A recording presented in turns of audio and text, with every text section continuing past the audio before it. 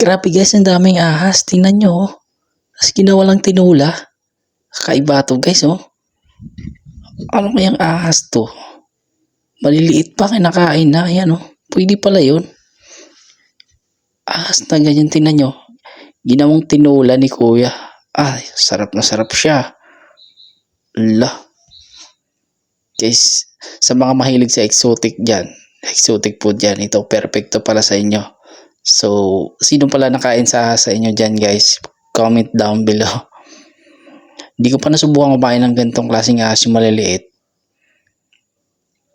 Pero yung malaking ahas guys, nakain na ako. Tapos ayan na si kuya. Ayan yung style niya sa panghuli ng ahas. Pero sa may tubig siya ng huli. Ano yan? Ahas sa tubig? Meron palang ganun. So ayan na, nakakahuli si kuya. Ang dami niya nahuli oh. So hindi ba mapuan yan? Delikado pag nakagat ka niyan. Kasi nga, ahas din yan eh. Tapos ayan na. Nilinisan na ni kuya yung mga huli niya. Ang dami. Tapos pinapakuluan lang ng mainit na tubig. Tapos tinatanggal niya yung balat.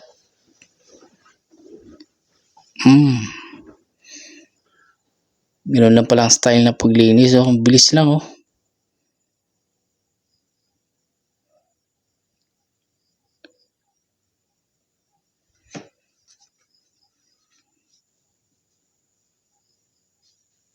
Ang bilis lang. Tapos tinatanggal niya yung mga laman loob. Pero ang taba oh, may mga itlog pa nga oh. Tapos sinali niya pa nga yung mga itlog ng ahas. Di ko alam kung ahas ba to guys. Ahas na maliliit. Hindi pa ako nakakain nito. Sa mga nakakain nito guys, comment down below kung masarap ba. Sa mga mahilig sa mga exotic food. Ako, honestly, nakakain na ako ng ahas. Pero ahas na sawa at tatawag nun, yung malaki. Ginawa naming adobo. Pero ito, iba eh. Maliliit siya.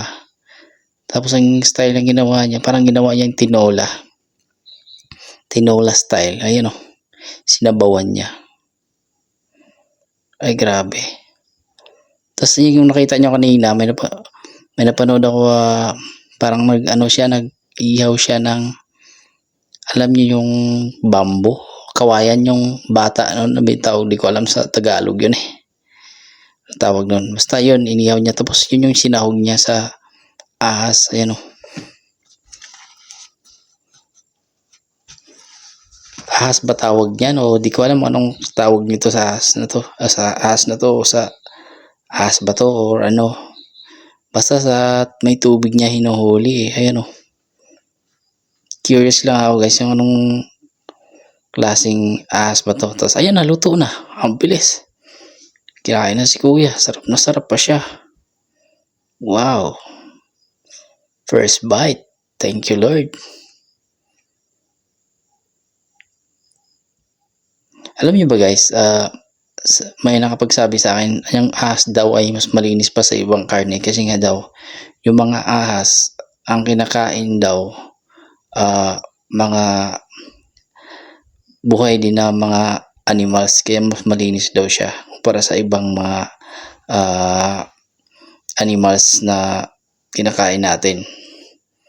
Kaya, ayun, mas masarap daw kainin. Saka kung pag kinain nyo daw yung ahas, yung sabi ng mga tsuwing ko sa probinsya, parang bibilis daw yung kilos nyo. Kasi yan, pansin nyo yung mga ahas, di ba, mabilis kumilos. Ganun daw yun. So, advisable daw yun kainin. And alam nyo ba guys, yung taba ata ng ahas na malaki, ginagawa yung